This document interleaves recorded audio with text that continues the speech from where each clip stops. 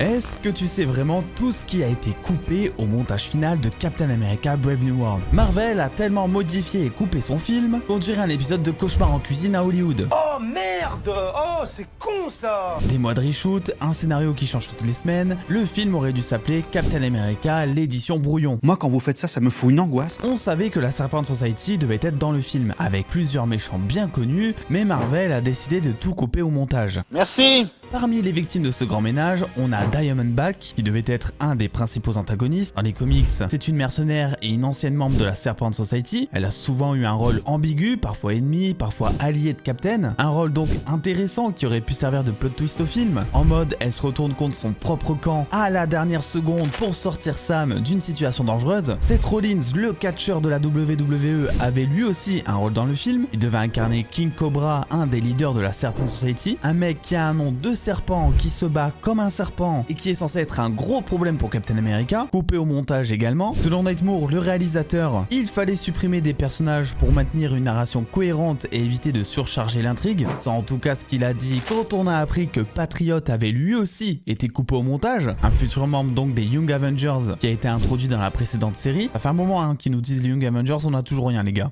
Pourtant, les reshoots ont servi à ajouter de nouveaux personnages. Comme par exemple Giancarlo Esposito qui débarque en plein milieu des reshoots pour jouer Sidewinter, chef de la Serpent Society, mais adapté plus à la sauce Rambo qu'en leader de secte au physique de Nagini. Est-ce que ces changements vous rassurent ou est-ce qu'au contraire vous pensez qu'ils ont carrément saboté le film?